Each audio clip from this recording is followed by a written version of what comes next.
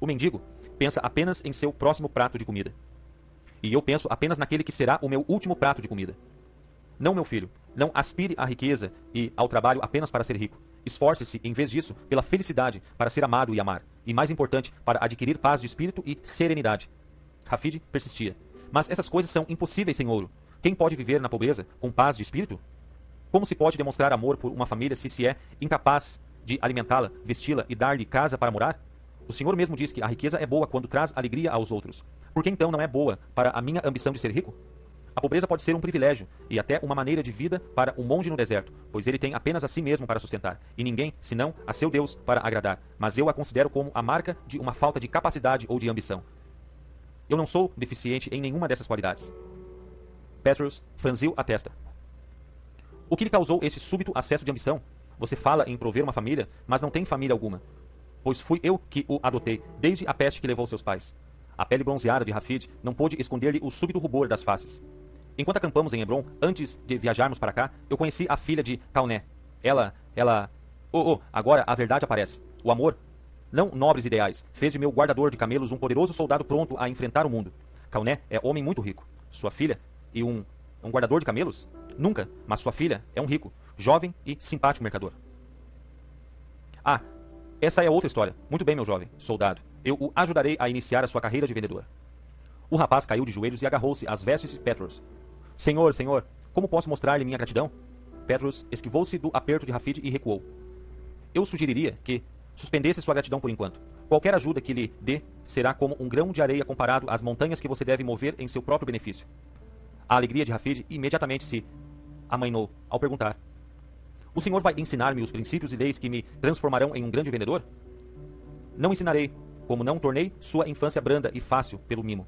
Tenho sido criticado frequentemente por condenar meu filho adotivo à vida de guardador de camelos, mas confiei que, se o fogo bom queimasse por dentro, ele finalmente emergiria. E quando tal ocorresse, você seria mais homem para seus anos de árdua labuta. Esta noite, seu pedido deixou-me feliz, pois o fogo da ambição reluz em seus olhos, e sua face brilha com ardente desejo. Isto é bom, e minha suposição sustentou-se, mas você deve ainda provar que há mais em suas palavras do que simplesmente ar. Hafid permaneceu silencioso, e o ancião prosseguiu. Primeiro, você deve provar-me e, mais importante, a si mesmo, que pode suportar a vida de vendedor, pois não é destino fácil o que escolheu. Verdadeiramente, muitas vezes você me ouviu dizer que as recompensas são grandes, se tem êxito, mas apenas porque pouquíssimas têm êxito. Muitos sucumbem ao desespero e falham, sem perceber que já possuem todos os instrumentos necessários para adquirir grande riqueza. Muitos outros enfrentam os obstáculos do caminho, com medo e dúvida, e os consideram inimigos, quando, em verdade, esses empecilhos são amigos e colaboradores. Os obstáculos são necessários para o êxito, pois em venda, como em todas as carreiras de importância, a vitória só vem apenas após muitas lutas e inúmeras derrotas. Contudo, cada luta, cada derrota, aguça suas técnicas e forças, sua coragem e persistência, sua capacidade e confiança, e assim, cada obstáculo é um companheiro de armas forçando-o a melhorar, ou desistir. Cada malogro é uma oportunidade para seguir adiante. Desvie-se deles, evite-os, e você desperdiça seu futuro. O jovem assentiu com a cabeça e ameaçou falar, mas o ancião ergueu a mão e prosseguiu. Ademais, você está se aventurando na mais solitária profissão do mundo. Até os desprezados coletores de impostos regressam aos lares ao pôr do sol. E as legiões de Roma têm um quartel a que denominam lar. Mas você testemunhará muitos pôres do sol distante dos amigos e dos entes queridos. Nada traz a dor da solidão a um homem tão rapidamente quanto passar por uma casa estranha e testemunhar, à luz do lampião, uma família partindo o pão ao anoitecer, no aconchego do lar. Será nesses períodos de solidão que as tentações o afrontarão. A maneira como você enfrentará essas tentações afetará grandemente sua carreira. Estar-se na estrada apenas com o animal é uma sensação estranha e frequentemente assustadora. Muitas vezes, esquecemos nossas perspectivas e nossos valores, e nos sentimos como crianças, ansiando por nossa própria segurança e amor. O que achamos como substituto já encerrou a carreira de muitos, inclusive milhares que eram considerados de grande potencial na arte de vender. Ademais, não haverá ninguém para distraí-lo ou consolá-lo, quando não vender nenhuma mercadoria. Ninguém, exceto aqueles que procuram separá-lo de sua algibeira. Eu serei cuidadoso e seguirei à risca o seu conselho, meu senhor. Então, vamos começar. Por enquanto você não receberá mais nenhum conselho. Coloque-se diante de mim como um figo verde. Até que o figo amadureça, não pode ser chamado de figo. E até que você não se tenha exposto ao conhecimento e à experiência, não pode ser chamado de vendedor. Como começarei? Pela manhã, você irá falar com o Silvio no carro de bagagem. Ele deixará aos seus cuidados uma das nossas melhores e mais novas túnicas. É tecida com pelo de cabra e resistirá até a chuva mais pesada. É tingida com o vermelho das raízes da garança, para que a cor não se solte. Próximo à bainha, você encontrará bordada pelo lado de dentro uma pequena estrela. É o símbolo de Tola, cuja fábrica faz as melhores túnicas do mundo. Já próximo à estrela está o meu símbolo, um círculo dentro de um quadrado. Ambos os símbolos são conhecidos e respeitados por todo o país e vendemos inúmeras milhares de túnicas. Tenho negociado com os judeus por tanto tempo que apenas sei seus nomes por um vestuário como esse. É chamado de Abeiá. Pegue a túnica e uma mula e parta ao amanhecer para Belém, a aldeia pela qual nossa caravana passou antes de chegar aqui. Nenhum de nossos vendedores jamais a visitou. Dizem que é uma perda de tempo, porque o povo é muito pobre. Mas há muitos anos atrás vendi 100 túnicas entre os pastores de lá. Permaneça em Belém até vender uma túnica. Hafid assentiu com a cabeça, tentando em vão ocultar a emoção. A que preço devo vender a túnica, meu amo? Debitarei um denário de prata em seu nome no meu livro. Ao voltar, você me devolverá um denário de prata. Guarde o que receber, a mais como comissão, e assim realmente você próprio vai determinar o preço da túnica. Pode visitar a feira que fica no portão leste ou oferecer em cada porta da cidade, a qual, estou certo, tem cerca de 1000. Certamente é concebível que uma túnica seja vendida lá, não acha? Hafid assentiu de novo, já pensando no dia seguinte. Petrus colocou a mão gentilmente no ombro do rapaz. Não colocarei ninguém em seu serviço até que volte. Se descobrir que seu estômago não é para esta profissão, eu entenderei, e você não precisará se considerar um desfavor. Nunca se envergonhe de tentar e fracassar, pois se alguém nunca fracassou, é porque nunca tentou. Quando voltar, perguntarei detidamente a respeito de suas experiências. Só então decidirei como proceder para ajudá-lo a fazer com que seus vagos sonhos se concretizem. Hafid curvou-se e virou para sair, mas o ancião ainda prosseguiu. Filho, há um preceito que você deve guardar ao começar essa nova vida. Tenha-o sempre presente e vencerá obstáculos aparentemente impossíveis, que com certeza encontrará, como todos aqueles que têm ambição. Hafid esperou. Sim, senhor? O fracasso jamais o surpreenderá se sua decisão de vencer for suficientemente forte. Petrus adiantou-se para o jovem. Você compreende todo o significado de minhas palavras? Sim, senhor. Repita-as então para mim. O fracasso jamais me surpreenderá se minha decisão de vencer for suficientemente forte.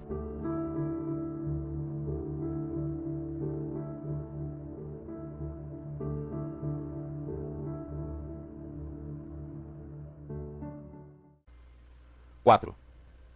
Hafid pôs de lado o pedaço de pão mordiscado e pensou em seu infeliz destino.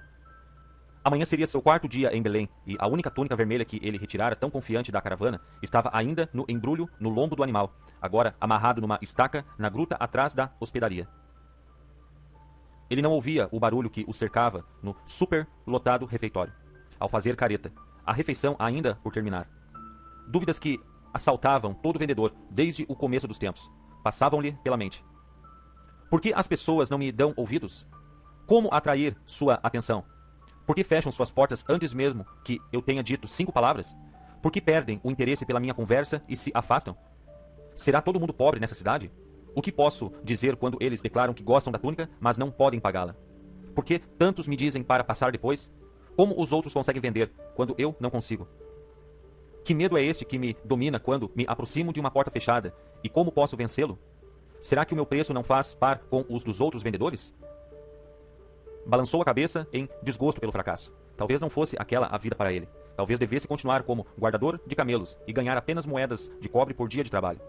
Como vendedor de mercadorias, ficaria verdadeiramente feliz se voltasse para a caravana sem lucro absolutamente nenhum? De que o chamara Petrus? Um jovem soldado? Ele quis momentaneamente que estivesse de volta aos animais. Seus pensamentos voltaram-se, então, para Lisha e seu severo pai, Calné, e as dúvidas imediatamente o abandonaram. Aquela noite ele dormiria de novo nas colinas para conservar suas economias e na manhã seguinte venderia a túnica. Ademais, falaria com tal eloquência que conseguiria um bom preço por ela. Começaria cedo, logo após o alvorecer, e se instalaria próximo à fonte da cidade. Dirigir-se-ia a todos que se aproximassem e dentro de pouco tempo estaria retornando ao Monte das Oliveiras, com prata nos bolsos. Estendeu a mão para pegar o resto de pão e se pôs a comer enquanto pensava no amo. Petrus iria orgulhar-se dele, pois não desesperara ou regressara como fracassado. Em verdade, 4 dias era muito tempo para consumar a venda de apenas uma túnica, mas ele sabia que se realizasse o feito em 4 dias, poderia aprender com Petrus a realizá-lo em 3 e depois em 2 dias.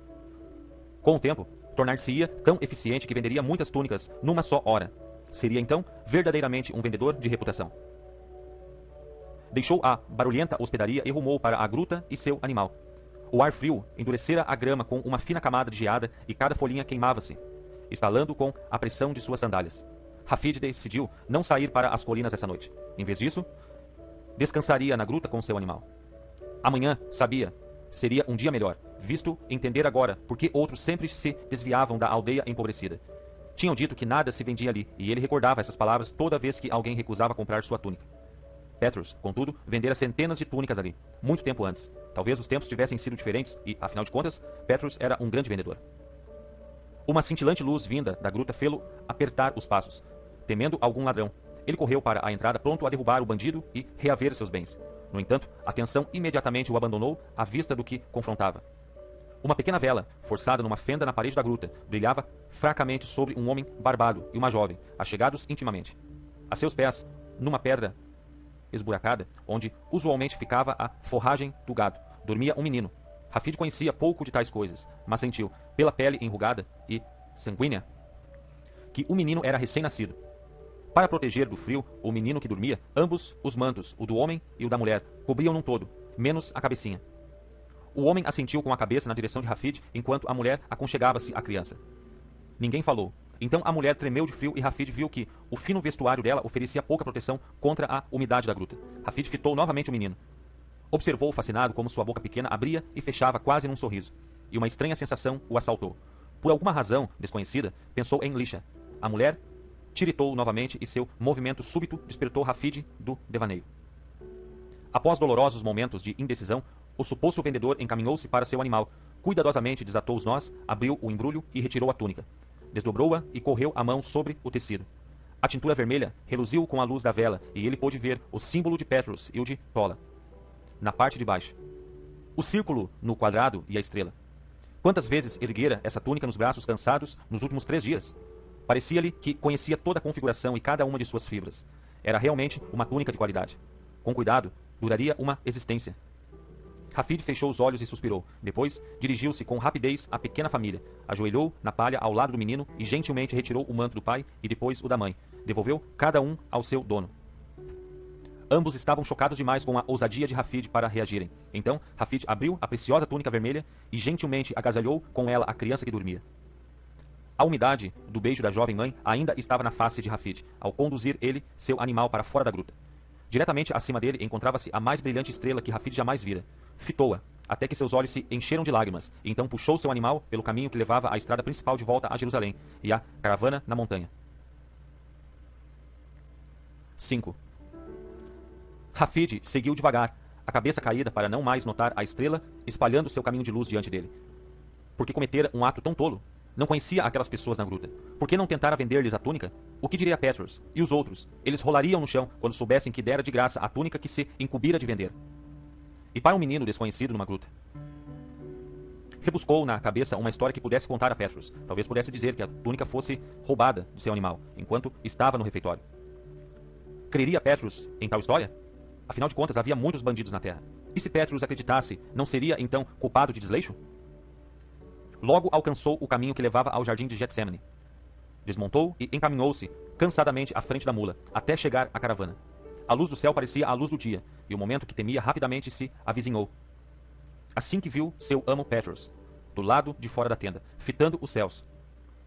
Hafid permaneceu inerte, mas o ancião notou-o quase imediatamente. Havia pavor na voz de Petrus, quando se aproximou do jovem e perguntou: "Você veio diretamente de Belém?" "Sim, meu amo." "Não está alarmado por essa estrela o acompanhar?" "Não notei, senhor." "Não notou?" "Senti-me incapaz de sair deste lugar, logo que a vi erguer-se sobre Belém. Há quase 2 horas. Nunca vi estrela com mais cor e brilho. Logo que a vi, ela começou a mover-se e aproximar-se de nossa caravana. Agora que está bem em cima, você aparece, e pelos deuses, ela não se move mais." Petrus acercou-se de Hafid e examinou a face do jovem, enquanto perguntava: "Você participou de algum fato extraordinário lá em Belém?" "Não, senhor." O ancião franziu a testa, como a pensar profundamente. "Nunca conheci uma noite ou experiência tão grandiosa como esta." Hafid hesitou. "Eu também jamais esquecerei essa noite, meu senhor."